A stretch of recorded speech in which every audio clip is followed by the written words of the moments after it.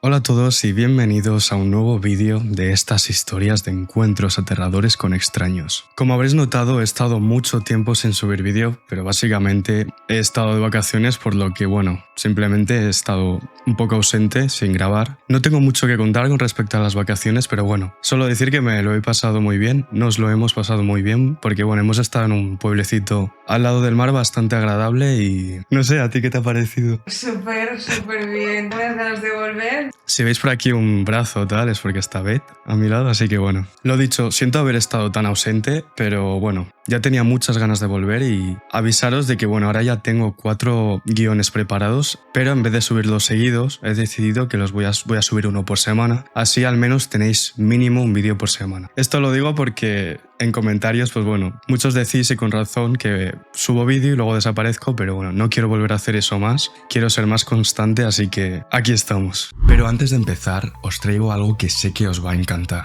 Si aún no conocéis Temu, esta es la oportunidad de descubrir una de las plataformas más completas y accesibles para comprar online. Temu es una tienda online donde puedes encontrar de todo, desde ropa, tecnología, decoración, productos de cocina, belleza y mucho más. Y todo esto a precios increíbles. Y lo mejor es que ahora cuentan con un almacén en España, lo que significa que la entrega es mucho más rápida. La nueva campaña de cupones de Temu durante tiempo limitado tienen una promoción donde podéis conseguir cupones de descuentos para nuevos usuarios. Temu tiene 4 ventajas principales. Tienen una variedad enorme de productos para todos los gustos y necesidades. Precios bajos y súper competitivos con descuentos constantes y promociones especiales. Además, Temu ofrece envío estándar gratuito en pedidos superiores a $20 y envío express gratuito en pedidos superiores a $120, lo que facilita la experiencia de compra. Y por último, si algo no te convence, puedes solicitar reembolso sin complicaciones, lo que brinda tranquilidad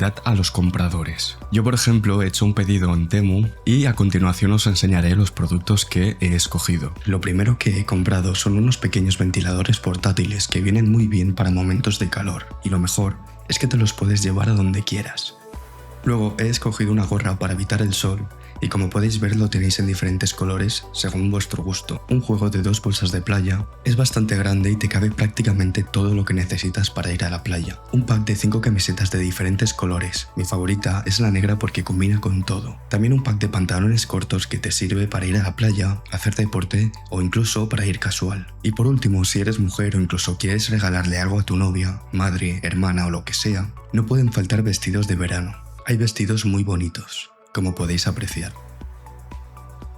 Así que ya sabéis, si queréis ahorrar, recibir vuestros pedidos rápido y descubrir productos geniales, descargaros Temu y aprovechar todos los cupones disponibles ahora mismo. Os dejo el link directo aquí abajo y contadnos en los comentarios qué ha sido lo primero que habéis agregado al carrito. Sin nada más que decir, empezamos con las historias de hoy que están muy interesantes.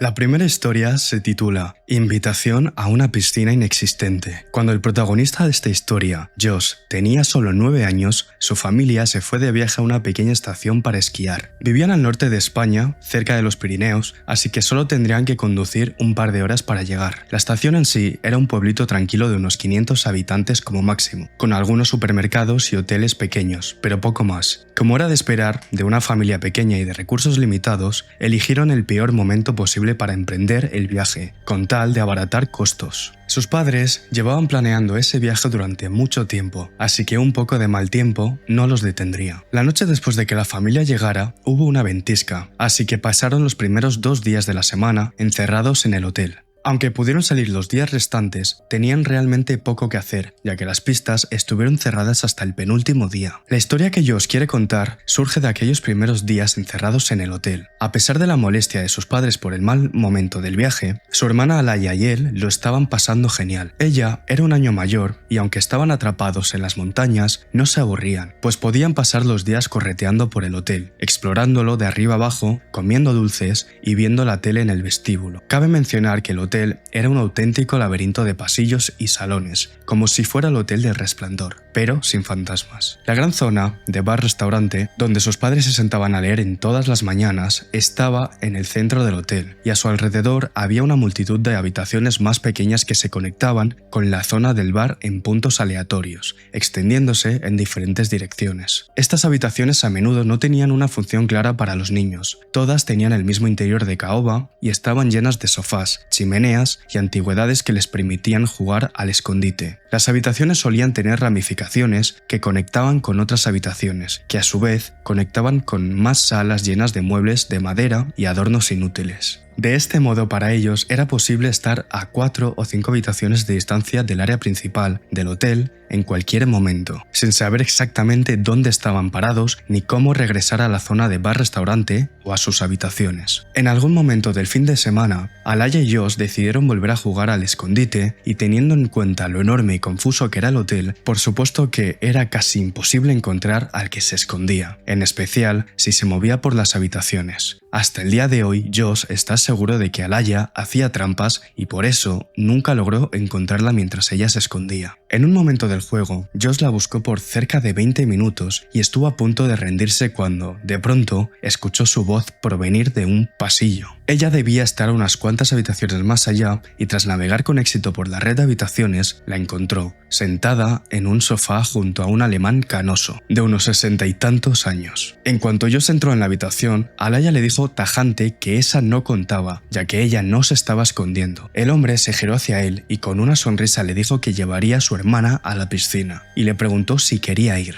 Josh recuerda que, lejos de entusiasmarse, enseguida le pareció extraño que hubiera una piscina de la que ninguno había oído hablar. Sus padres incluso se habían estado quejando esa mañana de la cantidad de televisión que veían y de lo aburrido que era ese hotel. Sin duda, de haber una piscina, los habrían llevado allí hace mucho tiempo. Además, el hotel era un laberinto y todo eso, pero ni de broma parecía lo suficientemente grande como para tener una piscina techada. Josh retrocedió un poco y le dijo al hombre que primero tendrían que preguntarle a sus padres y tras eso estiró su mano para que Alaya volviera con él a buscarlos. Enseguida el hombre se interpuso y le respondió que mejor fuera él a preguntarles, mientras ellos se adelantaban a la piscina. Josh empezó a ponerse muy nervioso e insistió que ella tenía que ir con él, pero ese hombre le había comido la cabeza a su hermana. Alaya al parecer no comprendía el peligro en el que se encontraba con ese extraño y estaba tan emocionada por la idea de la piscina que le dijo a Josh que no quería ir con sus padres a pedir permiso. Tras eso, los hermanos empezaron a discutir y el hombre se puso al lado de Alaya y animó a Josh a irse para pedir permiso a sus padres mientras ellos se adelantaban a la piscina, como he dicho. Por fortuna, Josh se empeñó en no aceptar esa idea, diciéndole a Alaya que sus padres se enfadarían mucho si iban a algún lugar solos con un extraño. La verdad es que fue muy valiente porque en ningún momento, aunque ese hombre estuviera ahí mirándolo,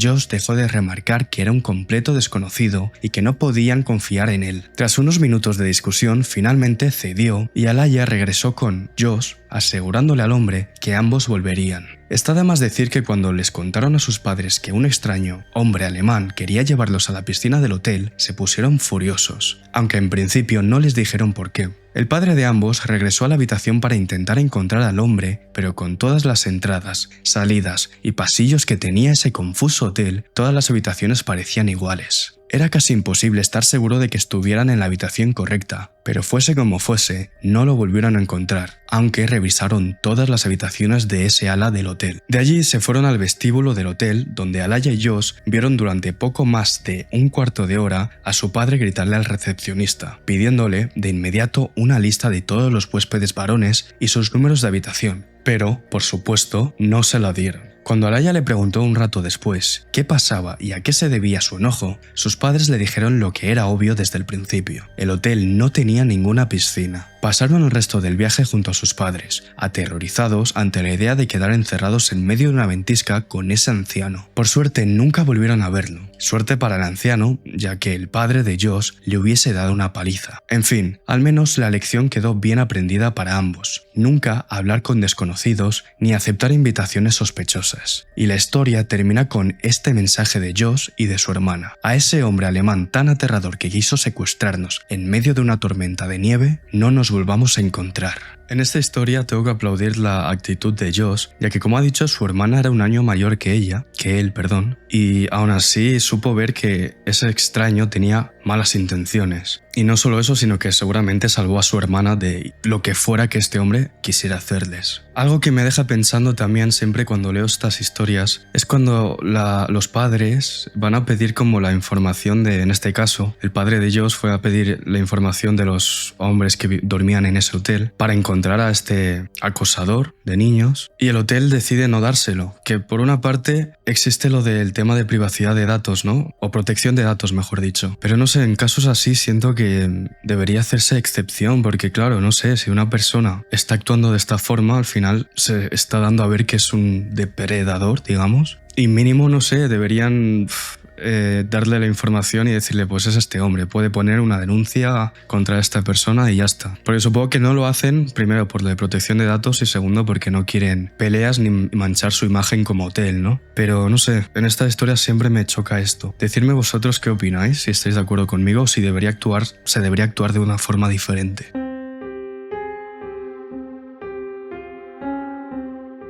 La segunda historia se titula El espeluznante EMT.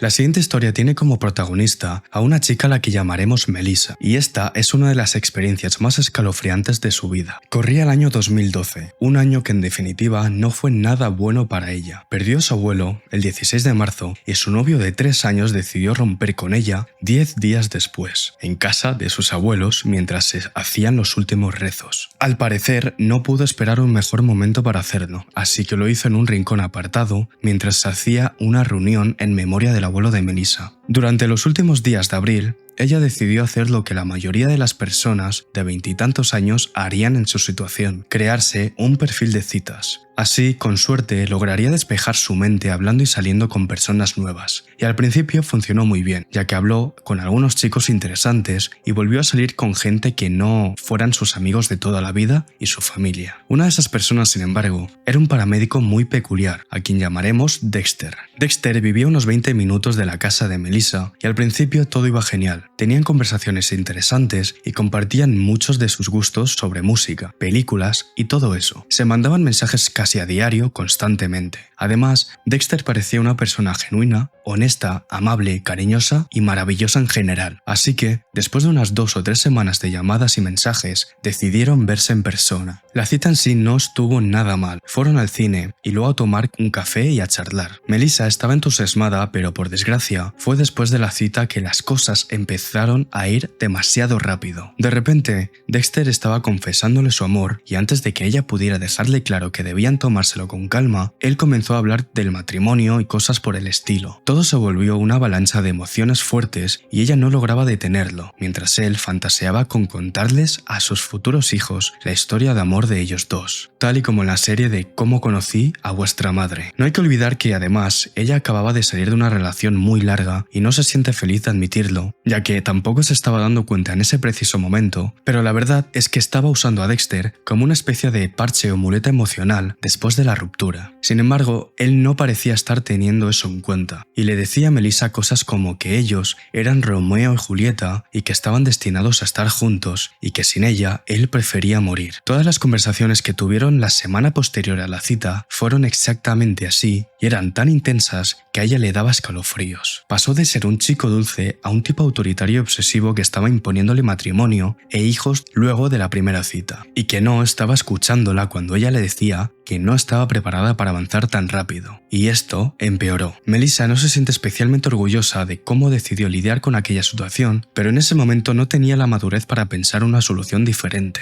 Después de pensarlo un poco, decidió que lo iba a rechazar con suavidad, así que lo invitó al Subway cerca de su apartamento y ahí intentó explicarle a Dexter que no había superado su ruptura, que no estaba lista para una relación seria y que definitivamente no estaba lista para el matrimonio. Por desgracia, este primer paso no fue suficiente y él lo interpretó como que Melissa solo quería salir con él casualmente, cuando en realidad no quería volver a salir con él. Dexter entonces le dijo que la esperaría, ya que era una mujer muy especial y valía la pena guardar todo el tiempo que fuera necesario hasta que quisiera tener una relación más estable. De alguna manera, ambos terminaron enfrente del apartamento de Melissa. Aunque habían roto, Y como podéis imaginar, fue muy incómodo y embarazoso cuando él se autoinvitó a pasar. En ningún momento se esperó que Dexter intentara besarla y que insistiera un par de veces a pesar de que ella había dicho que no lo veía de esa forma varias veces. Cuenta que era una situación muy desagradable donde él paraba durante un segundo, cambiaba ligeramente el tema y lo volvía a intentar. Y así fue hasta que se vio obligada a echarlo de casa. Ahora, ella sabía que lo mejor era simplemente alejarse de él hasta que le quedara claro que no quería nada, pero sus mensajes insistentes la llevaron a intentar tener una amistad con Dexter. Él por un momento actuaba de nuevo de forma dulce y agradable, pero de pronto sacaba a flote sus verdaderas intenciones. Una tarde en la que Melissa lo invitó a almorzar, él se comportó de manera especialmente intensa. Se sentaron en la sala de estar y él no paraba de acercarse e intentar besarla,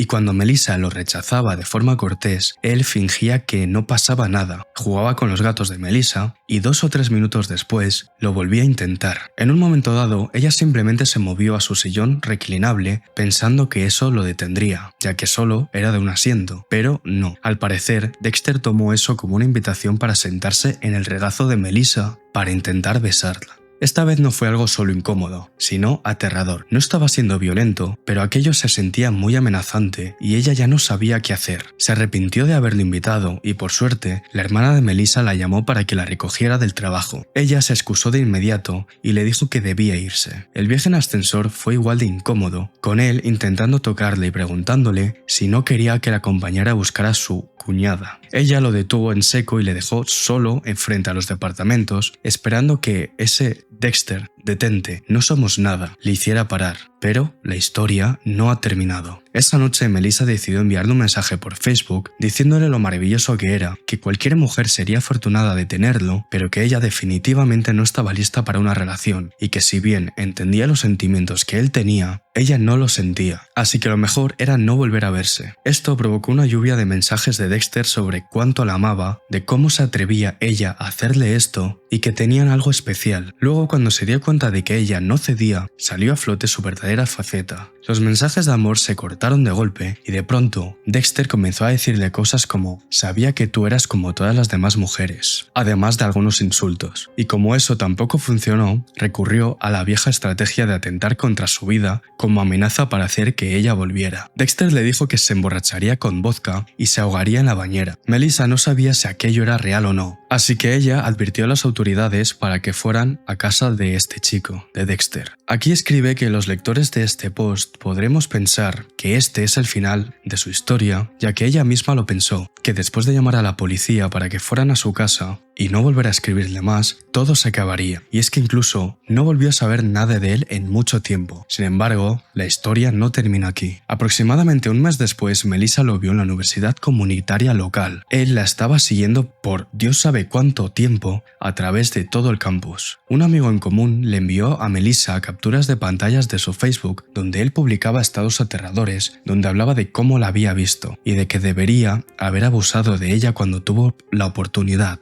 Muchas personas estaban horrorizadas, pero algunos amigos suyos estaban totalmente de acuerdo con él. Fue realmente escalofriante, y lo peor para Melissa es que, de alguna manera, eso todavía no era el final. Dejó de verlo por un tiempo y no tuvo más noticias suyas. Avanzamos a otoño de 2012 y Melissa aceptó un trabajo como recepcionista en una clínica ambulatoria de salud mental. Unos meses después, una chica llamada Rose empezó en una oficina junto a la suya. Casi de inmediato, luego de que Rose llegara, empezaron a circular rumores sobre Melissa, sobre cómo le rompió el corazón a Dexter, cómo lo engañó y cómo no se podía confiar en ella. Personas que Melissa apenas estaba conociendo y que claramente no sabían nada de las actitudes de Dexter, ahora se creían en el derecho de hablar de su vida amorosa. Pues pasa y resulta que Rose y Dexter habían comenzado una relación amorosa y él obviamente le contó su versión de los hechos. Ahora pasaba todo el tiempo en la oficina visitando a su novia, aunque no estaba permitido en horario laboral, y tal vez era un poco de sugestión de su parte, pero Melissa está segura de que ese hombre muchas veces se le quedaba mirando y la seguía por la oficina dirigiéndole miradas de odio. Ella trabajó ahí por 2 años y afortunadamente el gerente tomó cartas en el asunto y las visitas de Dexter se vieron muy limitadas. Por suerte, Melissa no lo ha visto desde entonces. Termina su post diciendo: Rose, si estás con él aún, espero que estés bien. Y en cuanto a ti, Dexter, no nos veamos nunca más. La verdad es que no tengo mucho que decir de esta historia. En este canal ya hemos leído y contado muchas historias sobre acosadores y lo importante a tener en cuenta es que acaben bien. Y en este caso ha sido así para Melissa. Aunque eso no quita que lo que haya sufrido ha sido bastante, pero bueno, como ha dicho, afortunadamente no lo ha vuelto a ver y eso es lo importante, que siga siendo así.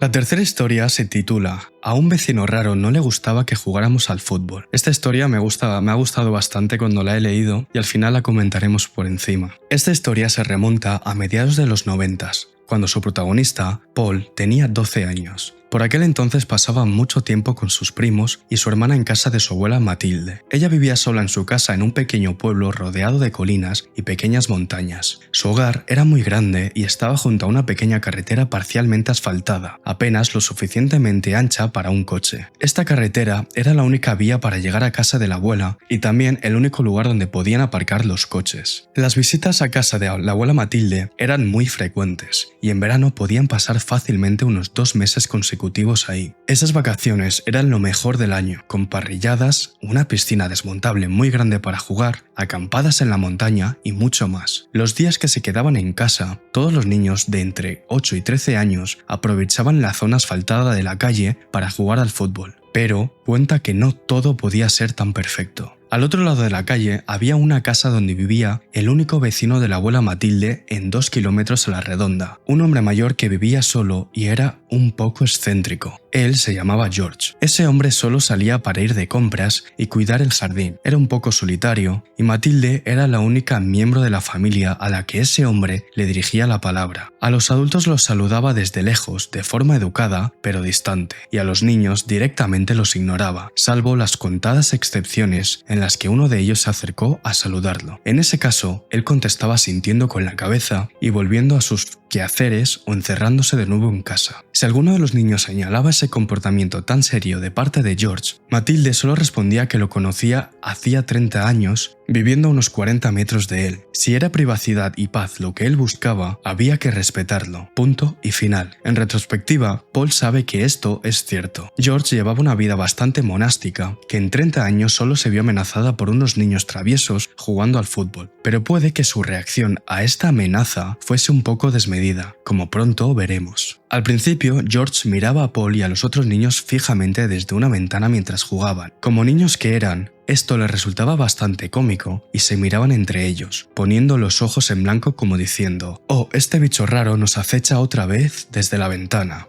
George se quedaba allí mientras jugaban a la pelota, a veces durante varias horas con cara de póker, pero nunca les decía una sola palabra. Paul recuerda claramente que a veces lo saludaban con la mano para que se sintiera incómodo por su comportamiento tan raro, pero nunca les devolvía el saludo y simplemente no se iba hasta que ellos dejaban de jugar. Entre los niños meditaron mucho a qué se debía esta actitud y llegaron juntos a la conclusión de que estaba molesto por el ruido que hacían al jugar. Intentaron jugar en silencio, pero no hubo ningún cambio en las miradas del anciano. Por eso se dieron cuenta de algo más. El problema era la pelota. Cuando la pelota entraba en su jardín, algo en su cara cambiaba y se notaba muy molesto de que entraran a su jardín a buscar la pelota. Esta situación se repitió a diario durante unas 2 o 3 semanas y la abuela Matilde empezó a incomodarse con que jugaran a la pelota, así que les repetía una y otra vez a los niños que no lo hicieran. Pero los niños son niños y cada vez que Matilde estaba en el jardín trasero o recogiendo manzanas de un campo cercano, ellos tomaban la pelota y se ponían a jugar al fútbol. Grave error. Una noche los niños estaban haciendo lo suyo, jugando al fútbol mientras sus padres iban por unas pizzas. La abuela Matilde estaba en el patio trasero y George llevaba unos 20 minutos mirándolos desde su ventana cuando, de repente, desapareció. No pasó ni un minuto antes de que apareciera en su enorme porche, donde tenía leña y un montón de palos largos. Él llevaba un cuchillo pequeño en la mano, pero ellos no se dieron cuenta. La situación le seguía haciendo gracia a todos los niños porque estaba allí, con cara de fastidio, mirándolos con su delantal y sus zuecos de madera, así que entre los niños se miraron de nuevo, poniendo los ojos en blanco y conteniendo la risa. El partido de fútbol siguió como si él no existiera, pero George no lo iba a permitir. Agarró uno de los palos largos y empezó a afilarlo como si fuera una lanza. Para entonces, Paul recuerda que las caras de todos los niños empezaron a cambiar, pero al principio sentían que solo intentaba intimidarlos y que en definitiva no les haría nada. Después de todo, no estaban haciendo nada ilegal jugando fútbol en la calle, ¿o sí? El pensamiento de todos los niños fue que ese hombre siempre se comportaba así de extraño, así que ninguno dejó de jugar. Pero entonces ocurrió. George era un anciano, sí, pero de pronto salió corriendo de su porche con sus zuecos de madera y empezó a perseguirlos con la lanza apuntando hacia adelante, como si fuera un caballero medieval en un torneo pero sin caballo. Paul y su hermana corrieron al interior de la casa para salvarse y cerraron la puerta completamente mientras escuchaban los gritos de sus 6 primos en estado de shock. Cuando Matilda entró desde el patio trasero al escuchar los gritos, los vio conmocionados y salió para ver qué estaba pasando. Mientras le contaban lo sucedido, George seguía fuera de la casa gritando que la prendería fuego con todos adentro. Matilde les había advertido que no jugaran al fútbol y aquellas eran las consecuencias, aunque, en efecto, eran desmedidas. Matilde intentó hablar con su vecino, pero no entendía a razones y ella no tuvo más opción que llamar al 112. Mientras tanto, los padres de los niños llegaron y encontraron al vecino gritando como un poseso, con una lanza de madera en la mano, y el padre de Paul se enfrentó a él. Ahora, los niños estaban en el segundo piso de la casa, viendo cómo el padre de Paul y George se gritaban, y finalmente George soltó la lanza y se fue a su casa. Llegó la policía, levantó una denuncia, y luego fueron a hablar con George un rato. Un oficial les contó un rato más tarde que George quería demandarlos por jugar a la pelota en la calle junto a su casa y por daño a su propiedad. No había prueba de esto último, así que la policía le advirtió a George que midiera un poco sus arrebatos de ira o tendrían que llevárselo. Él pareció entenderlo y estaba más tranquilo, pero después de que amenazara con quemar la casa de Matilde con todos adentro, ninguno de los niños durmió esa noche. Lo cierto es que George consiguió lo que quería. Nunca más los niños volvieron a jugar a la pelota por allí y un par de años después, George se fue a vivir con un pariente al otro lado del país, como su abuela descubriría más tarde. Paul termina su historia diciendo: George, eres un exagerado, solo éramos niños jugando. Mejor no nos encontramos nunca más. Pues creo que todos estamos totalmente de acuerdo en lo que dice Paul, y es que en efecto tan solo eran unos niños jugando. Esa reacción era desmedida, ¿no? Por otra parte, no quiero defender a George ni mucho menos, pero a mí me da la sensación de que lo que él quería era asustarlos. Obviamente no creo que les fuera a hacer nada y simplemente los quería asustar, pero claro, su forma de asustarlo creo que llegó a un extremo que no tocaba, ¿no? Lo que está claro es que este hombre odiaba a los niños y por eso se fue a vivir a este lugar, donde solo tenía una mujer anciana mayor como vecina y donde no había ruidos. Y Paul cuenta que él simplemente salía para ir de compras al jardín. Es que no le gustaba a la gente, ¿no? Y encima si a eso se le sumaba que venían niños en verano, pues esto demuestra que George era una persona que es la típica persona que se aísla en un bosque, en una cabaña y que no quiere ver a nadie, ¿no? Pero no sé, supongo que hay que entender que a veces, pues no sé, las situaciones, ¿no? Simplemente son niños que están jugando y ya está, no están haciendo nada malo. Si los niños hubieran roto alguna ventana con la pelota, pues bueno, puedo llegar a entender un enfado. No el perseguirlos con una lanza, obviamente, pero sí un enfado más serio, ¿no? Y más cuando él ya les había advertido de que no jugaran delante de su patio, ¿no? En esa situación, pues bueno, podría entenderlo, pero claro, en esta otra no es entendible que reaccionara así, por lo que estoy bastante de acuerdo con Paul. Por cierto, antes de seguir con la siguiente historia, esto no viene a cuento, pero me acabo de acordar, y es que llevo como un mes, más o menos casi un mes con tos, que no se me va, no se me cura, no sé por qué, y esa es otra de las razones por las que no he podido grabar, ya que, aunque ahora casi se me ha ido, sigo tosiendo, pero se me ha ido casi del todo. Hace poco más de una semana o por ahí, literalmente estaba tosiendo todo el rato, por lo que se me hacía imposible grabar. Y de hecho, si ahora me veis que hablo un poco entrecortado o a lo mejor la narración no es tan fluida, es por eso, porque tengo todo el rato como ganas de toser, entonces intento hablar lo más suave posible y lo más detenido, pero claro, siento que se me entrecorta un poco la voz. Y nada, simplemente quería avisaros por si notabais un poco que mi narrativa o mi narración no es tan fluida o como siempre. ¿Verdad? ¿Lo confirmas, Beth? Sí, todo el día. Y ahora sí, pasamos con la siguiente historia.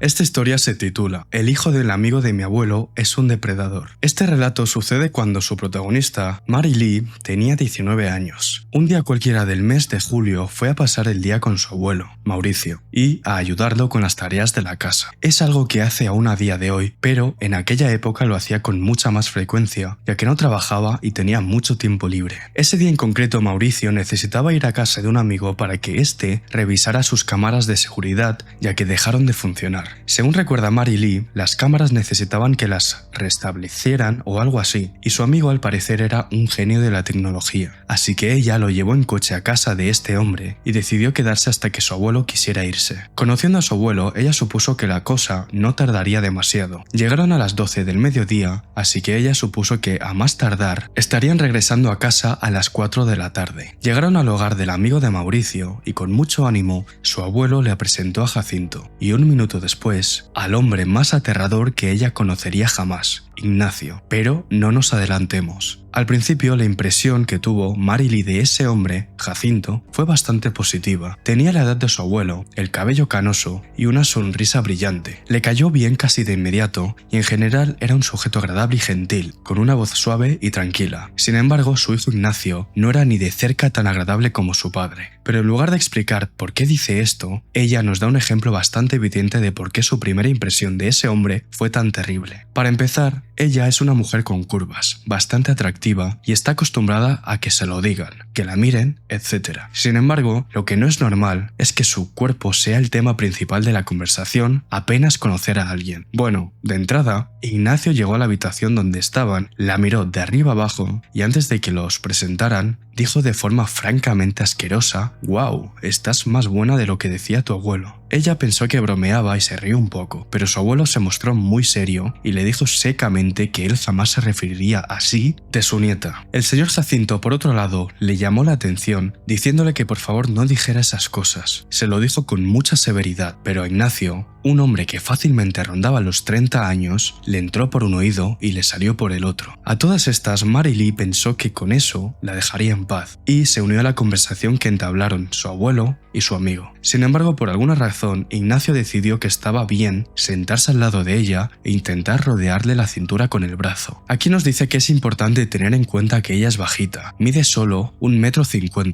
pero eso sí, tiene carácter de sobra y es cero tolerante a que la toquen sin su consentimiento, así que este gesto no le sentó nada bien. Le quitó la mano y la levantó para irse de inmediato. Pero enseguida, Ignacio, en el tono más mezquino e insoportable que podemos imaginar, le dijo: «¿En serio? ¿Me vas a ignorar?». De verdad se comportó como si fuera un niño herido, y Mary Lee jamás lamentó tanto no medir un par de centímetros más y tener un poco más de fuerza para romperle la nariz. Sin embargo, solo respiró profundo y lo ignoró durante lo que a ella le parecieron horas, pero en realidad no fueron más que 30 minutos. En retrospectiva no sabe por qué no lo confrontó abiertamente sobre sus miradas indiscretas, pues seguro su padre y Mauricio hubiesen hecho algo al respecto. Sin embargo, ellos no parecían darse cuenta de lo que pasaba. Un rato después, decidieron ir calle abajo a una tienda que quedaba a unos 10 minutos. En el coche se montaron ella, su abuelo e Ignacio. Mary Lee en serio no quería que ese bicho raro se montara en su coche, pero Jacinto insistió en que él fuera para que confirmara que los repuestos que comprarían eran los correctos. Él, mientras tanto, se quedaría adelantando el trabajo con las cámaras de seguridad. Durante el viaje en coche, Ignacio no paraba de hablar de tetas y culos, de lo bien surtida que estaba Mary Lee, etc. Mauricio le dijo en un tono demasiado amable que se callara al notar lo incómoda que estaba su nieta, pero Ignacio no paró y aseguró que no estaba diciendo ninguna mentira y que si acaso algo de eso le molestaba es porque estaba loca. Mary Lee no se enorgullece de lo que hizo a continuación porque fue peligroso, pero la llamó loca y estaba harta de ese tipo, así que le enseñaría lo loca que estaba. Llegó a la calle donde estaba la entrada de la tienda, en un camino de tierra y sin otros coches, así que ella se fijó que su abuelo tuviera el cinturón bien puesto y aceleró a fondo para luego frenar de golpe y dar un volantazo hacia la zona de parking, frente a la tienda. Escuchó con satisfacción cómo la cabeza de Ignacio golpeó su asiento y luego el cristal de la ventana. Esperaba que entendiera el mensaje, pero solo empeoró, diciéndole que lo que tenía de buen culo, también lo tenía de mala conductora y otros comentarios asquerosos sobre su cuerpo. Mary Lee tuvo unos 10 minutos de paz mientras ese cretino y su abuelo entraban a la tienda, y lo aprovechó para fumarse un cigarrillo. Cuando volvieron, le dijo a Ignacio que no se montara aún, y le pasó seguro a las puertas mientras se montaba con su abuelo. De inmediato le dijo a su abuelo que los llevaría de vuelta a la casa y luego ella se iría, y le explicó lo molesta que estaba porque él no estaba haciendo lo suficiente para defenderla, aunque ese idiota la estaba incomodando de verdad. Su abuelo dijo que lo entendía, así que se disculpó. Llegaron a la casa y los echó a ambos de su coche antes de irse, ignorando por completo las preguntas de Ignacio sobre quedarse y beberse algo juntos. Como una hora después, ella recibió una llamada. Supuso que era Mauricio, que quería que lo recogieran. Eran como las 2 de la tarde, así que contestó y en efecto era él. Le aseguró de que Ignacio ya no estaba y que podía volver a pasar el rato si quería, y eso hizo ella. Todo estuvo bien durante unas 2 horas, ya que como dijo, Jacinto era muy agradable y de verdad se disculpó por el comportamiento de su hijo, excusándolo con que, desde que perdió su trabajo y a su novia, se ha portado de una manera insoportable. Aún así, esto no era justificación para nada de lo que ella había vivido, pero al menos su padre no defendía a ese imbécil. Sin embargo, la paz no duraría demasiado, y 2 horas después de que Mary Lee volviera, ese idiota entró por la puerta, borracho y tropezándose con todo, saludándola de una forma morbosa diciendo «Hola tetas», con la voz más estúpida que ella jamás escuchó. Ella se sintió muy incómoda y se quedó en silencio, esperando que de alguna manera mágica la ignorara y se fuera a dormir o algo así, pero no fue el caso. Casi de inmediato se le acercó, se encorvó frente a ella y dijo «Ay cariño, sabía que volverías. ¿Me extrañabas?». Estiró su mano y le agarró la cara dejándola paralizada del asco, del miedo y de la ira. Ella en retrospectiva piensa que debió parecer un ciervo deslumbrado por los faros, y eso debió encantarle a ese depredador, que se mordió los labios como si le gustara verla tan vulnerable e intentó besarla. Ella no tuvo tiempo de reaccionar, pero antes de que algo más pasara, ella escuchó un golpe seco y de repente Ignacio estaba en el suelo. Mauricio había tenido suficiente de aquello y lo empujó. Estaba tan borracho que fue fácil derribarlo. Ahora, Mauricio la hizo sentar a su lado por el resto del tiempo que les quedara estar allí. Afortunadamente solo estarían 10 minutos más y esperaban que ese golpe contra el suelo fuera suficiente para que entendiera el mensaje, pero se equivocaban. Ignacio se levantó y se le quedó mirando a Mauricio como si estuviera esperando a que se apartara de ella para sentarse en su lugar. Como si no fuera suficiente, de pronto soltó «Vamos viejo, ¿o acaso te gusta tu nieta?». Aquello había sido demasiado, pero podía seguir escalando. Ignacio, completamente fuera de sí, se sentó en el regazo de Mary Lee y empezó a bailar, moviendo el trasero. Eso era intolerable, así que ella lo empujó lo más fuerte que pudo y comenzó a golpearlo mientras gritaba a todo pulmón. Ella le dio un puñetazo tan fuerte que al día siguiente le dolía la mano. Mauricio y Jacinto intervinieron casi de inmediato y Mauricio se llevó a su nieta hasta el coche. Sin embargo, Ignacio estaba incontrolable y ahora encima estaba borracho. Estaba furioso porque una chica le había dado una paliza y tenía la boca rota. Al final, Jacinto logró que se metiera en la casa y se disculpó con Mary Lee unas 20 veces, y tras eso se marcharon. Sin duda, uno de los peores días que ha tenido Mary Lee en su vida, y una historia que solo puede terminar de una manera. Borracho de mierda, por favor, por tu seguridad no nos veamos nunca más. Esta historia al menos tiene un final feliz, y con esto me refiero a que en la mayoría de historias de acosadores o tipos que molestan a chicas normalmente terminan con que él se termina escapando, lo que sea, ¿no? Y con las chicas resignándose y con impotencia. Pero en este caso al menos Mary Lee tuvo la oportunidad de romperle la boca, cosa que es bastante satisfactorio, diría yo.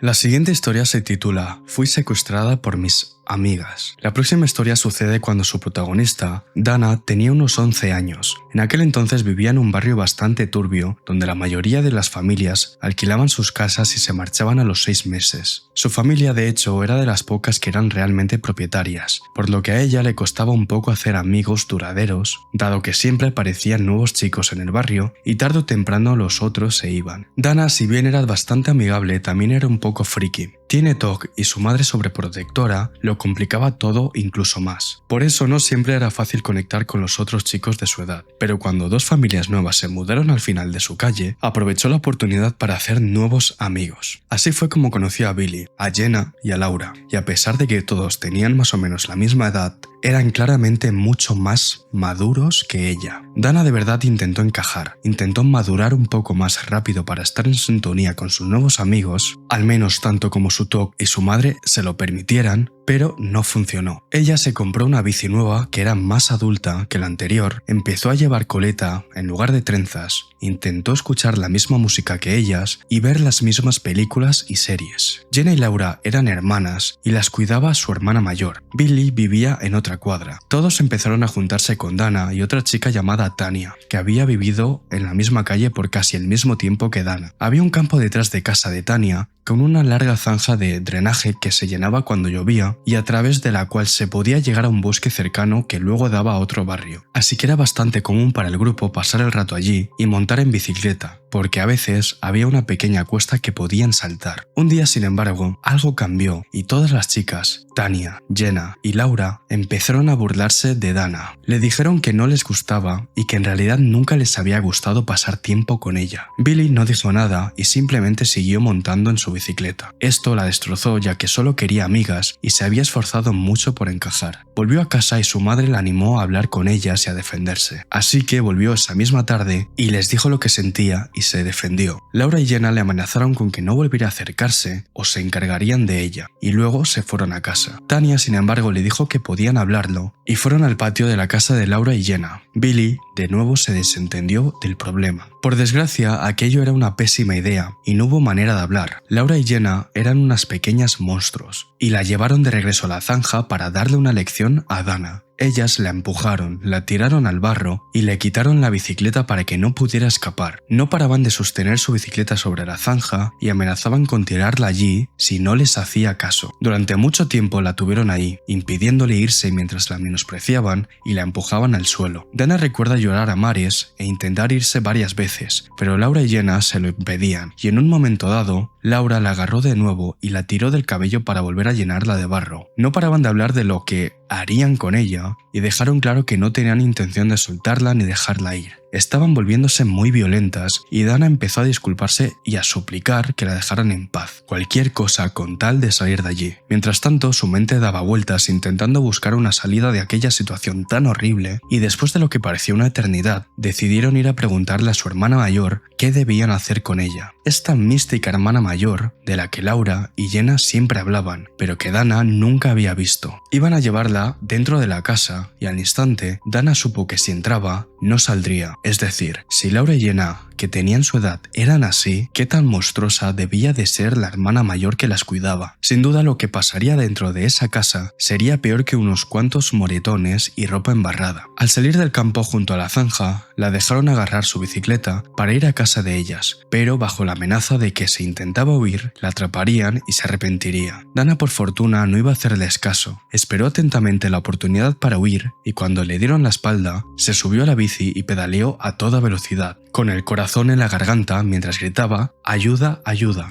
con todas sus fuerzas, sintiendo cómo ambas hermanas intentaban alcanzarla. Tania se había escabullido de aquella situación en cuanto pudo, también asustada por la actitud de Jenna y Laura. Dana no sabe en qué momento se dieron por vencidas, pero finalmente llegó a casa y llorando le contó todo a su madre. Sí, a esa madre sobreprotectora. Decir que estaba furiosa era quedarse muy, pero que muy corto. Una vez confrontadas, Jenna y Laura intentaron decir que solo estaban jugando y que Dana podía irse cuando quisiera, pero nadie las creyó. Ni siquiera esta misteriosa hermana mayor, que resultó ser bastante dulce y amable, y además conocía muy bien los malos comportamientos de sus hermanas menores. De hecho, Dana recuerda con mucha satisfacción a su madre diciéndoles con sarcasmo: «Sí, mi hija podía irse en cualquier momento. Entonces, ¿qué sucedió? ¿Ella decidió salpicarse el culo y las piernas con barro? Supongo que no». El castigo de ambas fue bastante severo y al menos por 2 meses no las vieron por la zona. Billy le explicó que la verdad no quería meterse en problemas, así que no intervino, pero que tampoco le pareció nada bien lo que le hicieron. Sonaba bastante convincente, así que siguieron pasando pasando el rato juntos. Sin embargo, el infierno no había terminado del todo. 2 meses después volvieron a darles permiso para salir a pasar un rato, y aunque no se reunía con ellas, era imposible no encontrárselas. Cada vez que pasaba en bici por delante de ellas, le tiraban piedras y la insultaban disimuladamente. Por fortuna, y como todas las familias excepto la de Dana, Jenna y Laura terminaron mudándose. Billy también se marchó pocos meses después, y Tania y ella se quedaron en el barrio después de todo, pero no entablaron amistad, ya que se dio cuenta de que Tania era una falsa e hipócrita. Al final, Dana desistió de hacer amigos en su barrio, pero se unió a un club de danza donde, al fin, encontró buenos amigos que aún conserva hasta hoy, aprendiendo en el proceso una valiosa lección. Ella no tiene que esforzarse por encajar, siempre habrá un lugar donde sea aceptada como es. Y en cuanto a Laura, Jenna y Tania, tiene una cosa que decirles. Chicas, ¿saben qué? Me voy, mejor no nos veamos nunca más. Muy cierta esta frase de nunca esforzarse por encajar, ya que siempre habrá un lugar donde te aceptarán por cómo eres.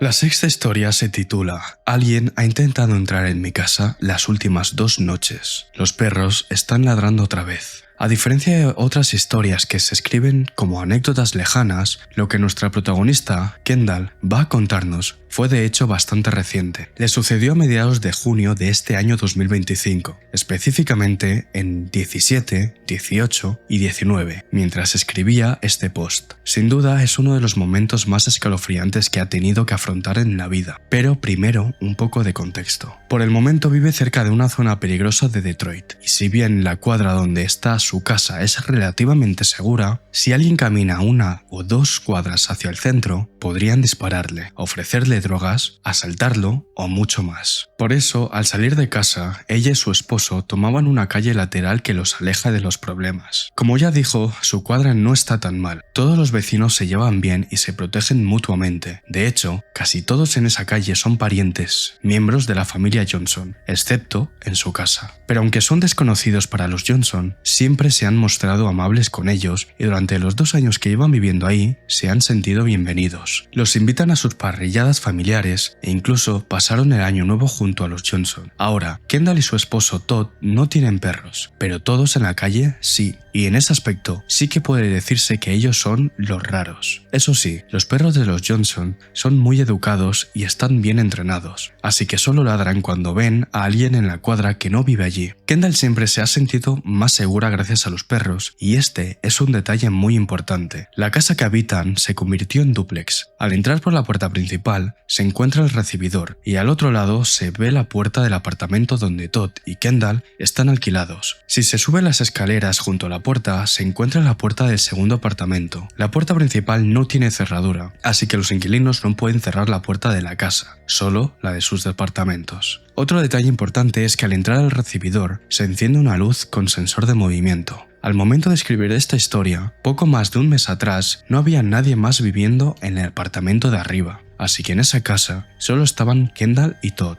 Todo ha estado en relativa calma, y nada los ha molestado hasta hacía 2 noches. Todd estaba en la cama y ella veía la tele, relajándose para irse a la cama pronto. Eran casi la 1 de la mañana cuando de repente a Kendall le invadió una sensación incómoda y abrumadora. Sentía calor y náuseas y le asaltó la idea de revisar la puerta del apartamento para asegurarse de que estuviera cerrada. Ella intentó quitarse esa idea de encima, ya que estaba bastante cómoda, pero le resultó imposible, así que se levantó a mirar por la mirilla de la puerta. Justo cuando llegó, escuchó que alguien abría la mosquitera de la entrada exterior de la casa. El corazón se le aceleró y confirmó que la puerta estuviera cerrada con llave. Por fortuna, así era, pero ahí no se acabó el terror. Siguió viendo por la mirilla y entonces escuchó que la puerta de la casa se abría y alguien entraba. Estaba aterrorizada, ya que sabía que nadie vivía arriba, y su casero les dijo que no se preocuparan, porque les avisaría si alguien se mudaba. También añade que, por supuesto, ellos no reciben visitas tan tarde, y mucho menos sin una llamada previa. Kendall escuchó un clic, era el sonido que hacía la luz del sensor de movimiento al extenderse, y casi un segundo después, escuchó una voz masculina que dijo, «Oh, mierda», antes de oír a este sujeto salir corriendo de la casa.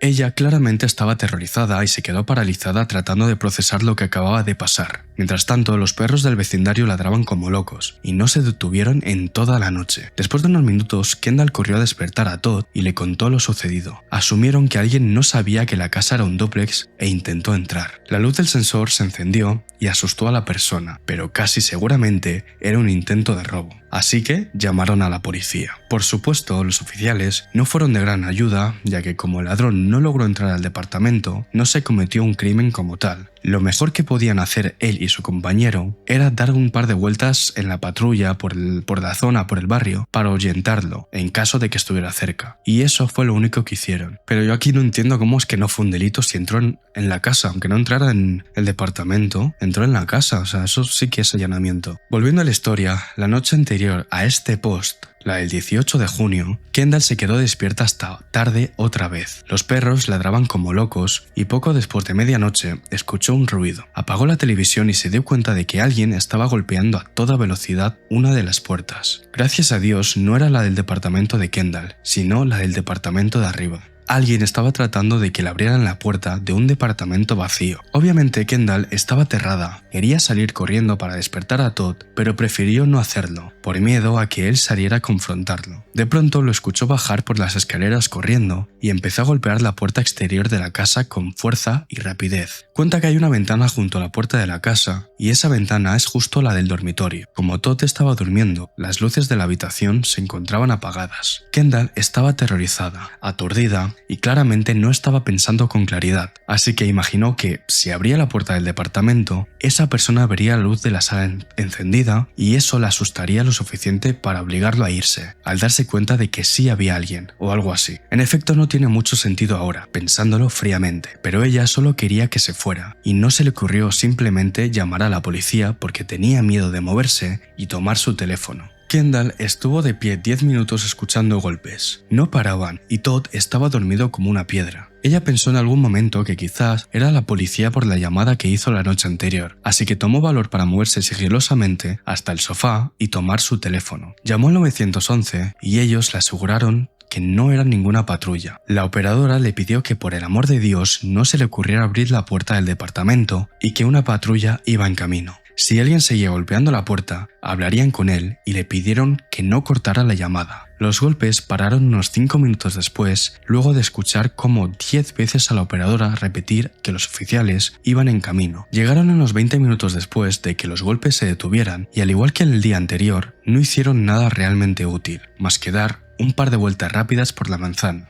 Ahora, mientras escribía esto, el 19 de junio, los perros de los Johnson estaban ladrando. Y lo peor es que llevaban una hora así. Todd esta vez decidió que ella debía irse a descansar y que él se quedaría despierto. Ella duda sinceramente de que pueda dormir de todas formas, pero aún así aceptó. Eso sí, hizo a Todd prometer que escuchara lo que escuchara, no abriría la puerta ni confrontaría a nadie, aunque duda que él cumpla su promesa. Ella termina su breve historia con este mensaje: si hay algún otro problema esta noche, la actualizaré en esta publicación, pero por favor, persona que toca mi puerta por la madrugada, mejor nunca nos encontremos. Y al parecer sí que ha habido algún otro problema, ya que ella, pocas horas después, hizo una actualización. Todd, en efecto, se quedó despierto hasta tarde esa noche. Ella encendió la televisión del cuarto, ya que eso le ayuda a dormirse, y aunque durante las primeras horas no concilió el sueño, al final se quedó dormida. Recuerda que los perros de los Johnson no dejaban de ladrar, pero no pasó nada. Suponen que las personas que rondaron la casa se dieron cuenta de que había gente dentro. Tan solo esperan que todo esto baste para que nunca vuelvan. Por lástima, no hubo más actualizaciones, por lo que no sabemos qué sucedió con el visitante nocturno que iba a la casa de Kendall. Solo queda pensar que abandonó los intentos de entrar en su casa.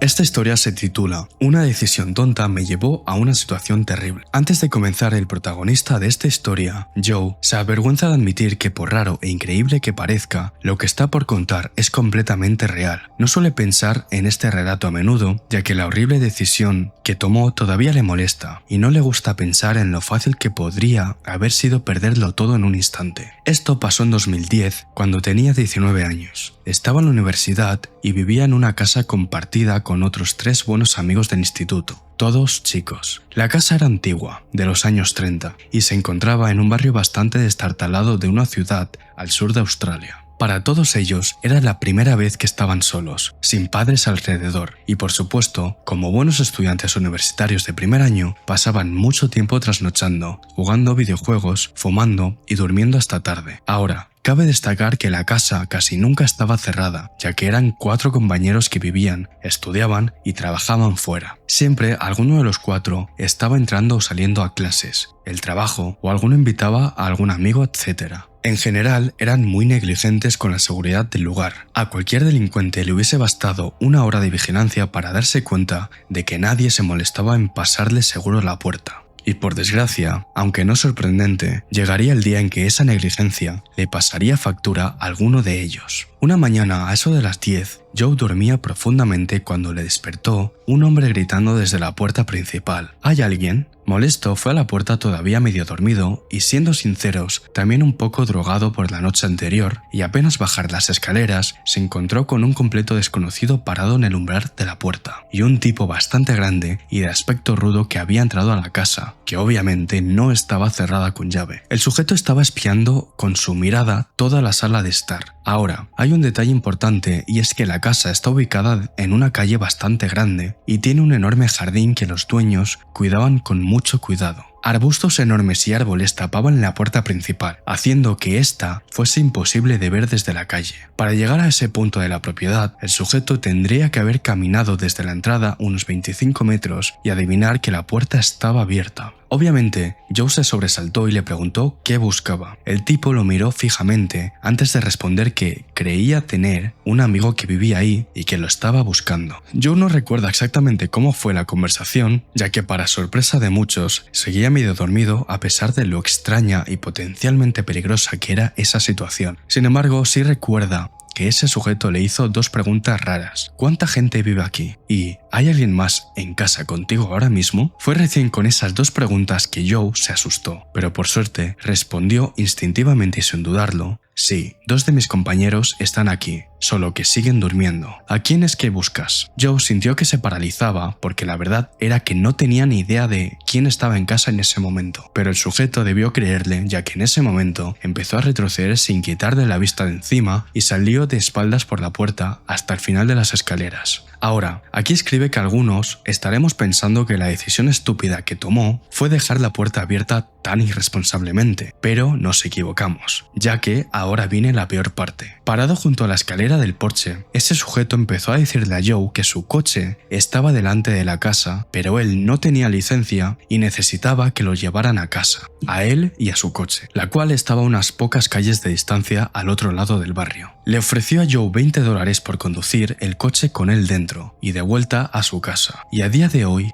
Joe no tiene ni idea en qué estaba pensando, pero aceptó su oferta. Salió con él por la puerta, con el móvil y la cartera, y se subió al coche y se fueron. Ya de entrada esta situación me parece muy extraña, ya que ¿cómo es posible que tengas tu coche en la puerta de un desconocido que no es tu casa y encima no tengas tu licencia? No sé si se refiere a que no tenía su licencia encima o que la tenía pero estaba caducada, vencida, ¿no? Y que por eso no podía conducir. En cualquier caso, es muy extraño porque, para empezar, ¿cómo ha llegado tu coche allí? ¿Sabéis? No sé. Y si tan cerca estaba la casa, a unas pocas calles en ese mismo barrio, ¿qué te cuesta coger el coche y llevarlo a tu casa? O sea, solo. No creo que justamente pase la policía y te detenga y te lleve a la cárcel solo por eso, ¿no? Lo que está claro es que estaba intentando que yo fuera con él, cosa que consiguió y ahora veremos qué ocurrió. El sujeto, que a todas estas jamás dijo su nombre, llevó a Joe por unas calles que él apenas conocía, diciéndole dónde debía cruzar y todo eso. Llegaron a su supuesta casa sin problemas, aunque llamarla casa era muy alentador. La verdad es que parecía un crack hole con gente de muy mal aspecto afuera. Joe aparcó el coche, el sujeto le dio las gracias y un billete de $20. Se despidieron y Joe salió del coche. A todas estas Joe ya había caído en cuenta de lo estúpida que había sido su decisión y se fue andando a casa a paso tranquilo, pero cuando cruzó la esquina empezó a correr como loco hasta la calle principal más cercana. Cuando supo que estaba completamente solo, llamó a su hermana mayor, que vivía relativamente cerca, para que pasara a recogerlo. Unos 10 minutos después, ella pasó en el coche y lo llevó a su casa, no sin antes darle un buen regaño por lo estúpido que había sido. Volvieron juntos a entrar y no encontraron a nadie. Joe comprobó si alguno de sus compañeros estaba en casa, pero no era el caso. Todos estaban en la universidad y al fin y al cabo resulta que sí que estaba solo en casa cuando este hombre apareció. Entonces se quitó el pijama que llevaba puesto todo el rato y se fue a desayunar a casa de su hermana. Eso sí, cerrando la puerta con llave en esta ocasión. Él y sus amigos acabaron viviendo allí más de 3 años y Joe nunca volvió a ver a este tipo. No le robaron ni una sola vez, a pesar de que sus compañeros nunca cerraban la puerta, y en efecto no hubo manera de acostumbrarlos a hacerlo, por más que Joe le recordaba este incidente.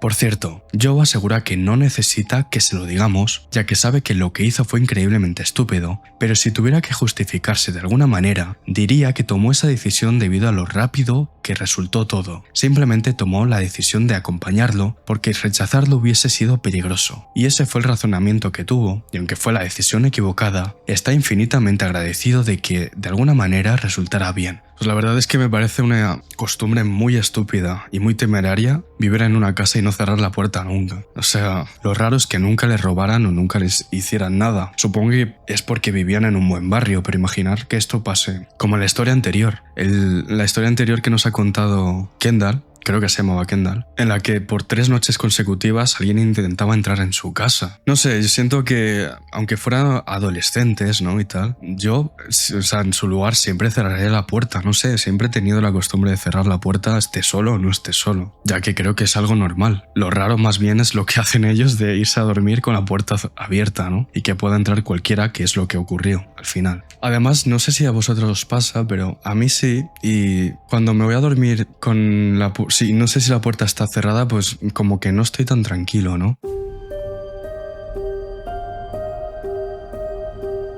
Esta historia se titula Casi me secuestran de un parque mientras esperaba el autobús escolar. Todo esto sucedió cuando nuestra protagonista, Gina, estaba en la preparatoria en su último año. Aunque ya tenía 17 años, no era una chica especialmente grande, medía 1,60 m y pesaba unos 43 kilos. Por aquel entonces vivía con su tía y sus 2 primos mayores. Este es un detalle que cobra relevancia más adelante. Por aquel entonces no había logrado aún comprarse su primer coche, así que estaba en el parque calle abajo de su casa esperando el autobús escolar. Por lo general, su novio, que ya se había graduado, la llevaba a la escuela, pero estaba ocupado, y lo escribe entre comillas, ese día. Luego descubrió que la estaba engañando con otra chica, pero esa es otra historia. Normalmente había algunas chicas más esperando el autobús, pero ese día por alguna razón ella era la única en esa parada. Esto no la puso especialmente nerviosa ni nada. Se sentó en un banco y se puso un solo auricular para poder escuchar a su alrededor. Siempre ha sido cautelosa con lo que sucede en su entorno y puede que eso la haya salvado. Mientras esperaba, un Honda negro se detuvo al otro lado de la calle y ella lo notó de inmediato. Lo mantuvo vigilado porque tuvo un mal presentimiento al verlo. Ella disimuló un poco que estuviera mirándolo, ya que en caso de que no fuera nada, ella no quería parecer una loca. Pero escribe qué bueno que los estuvo vigilando. Pocos segundos después de llegar, del Honda negro salieron 2 hombres grandes que se le quedaron mirando. El mal presentimiento se intensificó, así que Gina le escribió inmediatamente a su novio diciéndole que estaba en el parque y que unos tipos la estaban incomodando. Claro que no le contestó, así que ella le escribió el mismo mensaje a su primo Marcus, que estaba en casa relajándose después del turno de noche. También le escribió a su tía y a su otro primo, que estaba en la universidad. Gina quería que alguien supiera la marca y el color del coche, además de que eran 2 hombres blancos, grandes, uno rapado y el otro con cola de caballo. Sin embargo, no recibió respuesta de nadie. Unos segundos después de que enviara el primer mensaje, ambos empezaron a caminar hacia ella, así que se levantó del banco y caminó hacia la calle con la esperanza de que el autobús escolar llegara en cualquier momento. Mientras estaba en la esquina, estos hombres se acercaron más a ella, al punto de que Gina pudo sentir la mala energía que emanaban esos sujetos. Uno de ellos, el de la cola de caballo, la saludó mientras el otro se quedaba allí mirándola fijamente. Estaba aterrada, pero hizo todo lo posible para mantener el control, sonreír levemente y apartarles la mirada. Entonces, el mismo tipo, al que llamaremos Emil, le preguntó cuántos años tenía. Ella no respondió, pero se dio cuenta de que el otro tipo, al que llamaremos Ken, se estaba enfadando porque ella no les estaba dando importancia. Emil le hizo señas palabras para que se calmara y siguió preguntándole cosas del tipo ¿tienes novio? ¿Vives cerca? Incluso le insinuaron que si acaso consumía drogas, ellos podían conseguírselas. Luego Ken, con un tono mucho más agresivo e intimidante, le preguntó si sabía qué era el mercado negro, y tras esto ella sintió un escalofrío recorrerle el cuerpo. Mientras Ken, que estuvo callado todo ese tiempo, empezaba a decirle cosas como que acababan de volver de Rusia y estaban buscando emprender un nuevo negocio. La forma en que lo dijo daba muchísimo miedo y Gina estaba muy intimidada. Ella sabía que eran de otro lugar porque tenían un acento marcado y muy fuerte del este de Europa, pero ella no podía señalar el lugar exacto. Ken empezó a insistirle que fuera con ellos para charlar mejor y que en el coche tenían algunas drogas que seguro le gustarían. Ella, con la voz más firme que pudo, le dijo «no gracias» e intentó alejarse de ellos, aunque fue inútil ya que los tenía casi pegados a su espalda. Puede que Gina no fuese un genio en ese momento, pero tampoco era estúpida. Nunca jamás, ni porque le ofrecieran $10,000 en efectivo, se hubiese subido voluntariamente a ese coche. En retrospectiva, lo único que la mantenía a salvo de que la llevaran por la fuerza es que había muchos coches en la vía y seguramente ellos solo estaban esperando el momento oportuno para cargarla hasta el auto. Emil le dio una tarjeta y le dijo que tenía un taller mecánico y que lo llamara si necesitaba algo. La tarjeta parecía sospechosa y ella no quería cogerla, pero sabía que necesitaría de ese número para denunciarlo, así que la tomó y un segundo después, Emil continuó la conversación y le preguntó si tenía coche. Ella entendió que no podían simplemente ignorarlos y le contestó que no, y agregó que su autobús ya casi llegaba, así que les dijo «lo siento, tengo que ir», y por pura casualidad, el autobús escolar dobló la esquina y ambos hombres se alejaron, pero no sin que antes Emil le dijera «no olvides llamarme, podría regalarte un coche y todo por ser una buena chica». Le dijo esto antes de irse casi corriendo. Para ella fue como volver a respirar, ya que se habían acercado tanto que ella podía sentir el aliento de Ken en la nuca. Finalmente el autobús se detuvo y la recogió. En cuanto subió, empezó a llorar. Tuvo un colapso total. Era como si toda la adrenalina que la mantenía firme ante esos tipos la hubiesen abandonado de golpe, permitiendo que su cuerpo se rindiera. Por suerte no había muchos estudiantes en el autobús, así que la conductora pudo tranquilizarla y ella pudo contarle lo que sucedió sin que un montón de curiosos la sofocaran. Cuando la conductora buscó el coche con la mirada, ya no estaban. Ella dijo que los vio alrededor de ella, pero pensó que los conocía porque estaban realmente cerca. La conductora llamó a su despacho diciendo que había un incidente para que pudieran avisar a la escuela. Continuó recogiendo a los demás estudiantes, pero cuando llegaron a la escuela, la acompañó a la oficina del director. Gina estaba aterrorizada de estar sola, así que la alivió mucho que todos estuvieran con ella en ese momento. El director la recibió y también el personal de seguridad del campus. Fueron muy amables y cariñosos con ella mientras le pedían toda la información al respecto de lo que sucedió en la mañana, antes de que llegara el autobús. Gina no dejó de llorar en ningún momento mientras revivía todo lo sucedido, dándose cuenta de que estuvo realmente cerca de ser secuestrada por dos hombres desconocidos. Luego, sacó la tarjeta que le dio Emil y se la entregó al director. Miró al personal de seguridad y de inmediato dijo que iba a llamar para hacerse pasar por su padre, y así lo hizo. Estaba en altavoz y contestó Emil. Gina reconoció su voz de inmediato, como si estuviera grabada a fuego en su cabeza. Le costó mucho no entrar en pánico mientras el director le preguntaba si podía conseguirle un coche a buen precio para su hija, y Emil entonces se hizo el tonto. El director le insistió asegurando de que su hija le dio la tarjeta. En cuanto dijo eso, el tipo colgó la llamada y cuando intentaron llamar de nuevo, el teléfono estaba apagado. Gina pudo notar un cambio en el rostro del director y el personal de seguridad. De inmediato llamaron a la policía, como si eso hubiese bastado para confirmar que aquello no era una loca historia inventada. El director se disculpó y hablaron un minuto en el pasillo, pero si acaso su intención era evitar que ella los escuchara, fracasó rotundamente. Gina los oyó conversar y específicamente escuchó al director diciendo: «Tiene suerte de estar viva. Esto es grave. Tenemos que llamar a sus padres para que vengan a buscarla». Cuando llegó la policía, entraron en la oficina donde estaba y de nuevo le pidieron que contara la historia, delante del director y el guardia de seguridad. Otra vez pusieron a prueba la sinceridad de Gina y ella accedió de mala gana, reviviendo de nuevo ese evento tan terrible. Los agentes fueron directos con ella y le dijeron que parecía que estaban vigilando ese lugar y a las estudiantes que tomaban el autobús en ese parque, ya que eligieron el único día en que una de las chicas estaba sola. Ella fue la desafortunada aunque sinceramente pudo salir mucho peor. También le dijeron que esa tarjeta era un cebo para hacer que las chicas más ingenuas fueran a donde les indicaban. Gina empezó a sentirse enferma y no podía respirar. La escuela llamó a su tía, pero no contestó. El único que contestó fue su novio. Uno de los agentes habló con él mientras el otro finalmente lograba contactar con su tía. Su novio acabó recogiéndola unos 20 minutos después y la llevó a casa. Cuando llegó, toda su familia, su abuela, sus tíos, su madre y sus primos estaban esperándola afuera. Su madre y su tía lloraban y los hombres estaban furiosos, pero al mismo tiempo tan aliviados porque ella estuviera bien. Gina recuerda ese momento con cierto cariño agridulce, ya que realmente se sintió querida y protegida por toda su familia. Lástima que la razón para ese momento fuese de una naturaleza tan nefasta. Una semana después, una chica de otra preparatoria local, que tomaba su autobús no muy lejos del parque, fue rescatada por otros estudiantes. Dos hombres que ya sabemos quiénes eran la arrastraban a un Honda negro por la fuerza mientras ella gritaba a todo pulmón. Los otros chicos que venían cruzando la esquina rumbo a la parada la escucharon y corrieron a ayudarla. Eran unos 5, así que lograron entre todos sacarla del coche y huir de esos dos sujetos. El director llamó a Gina a su oficina y así fue como ella se enteró. También estaban ahí los oficiales de la vez anterior y la llevaron a la jefatura de policía para que pudiera reconocerlos en una rueda de reconocimiento. Ella señaló de inmediato a Ken y a Emil y finalmente los atraparon. Gina preguntó por la chica que ellos intentaron secuestrar y le aseguraron de que estaba bien, algo asustada, pero bien. Gina se preocupó mucho por ella y le entristeció que hubiera pasado por peores momentos que ella, pero al mismo tiempo se sintió libre de nuevo al saber que esos desgraciados iban a pagar. Todavía tenía miedo, pero al menos ya no miraba por encima del hombro tan a menudo. Después de eso, la familia de Gina se unió para llevarla a la escuela por el resto del año y su novio, ahora ex, también la llevó algunos días. En retrospectiva, ella no podría estar más agradecida de estar viva y sana. Y está aún más agradecida de que la otra chica también fuera salvada por los valientes chicos de su escuela. La verdad que esta historia da miedo pensar en cómo habría terminado si las cosas no hubieran salido tan bien, entre comillas, porque aunque a Gina no la pudieron secuestrar, a la otra chica sí que la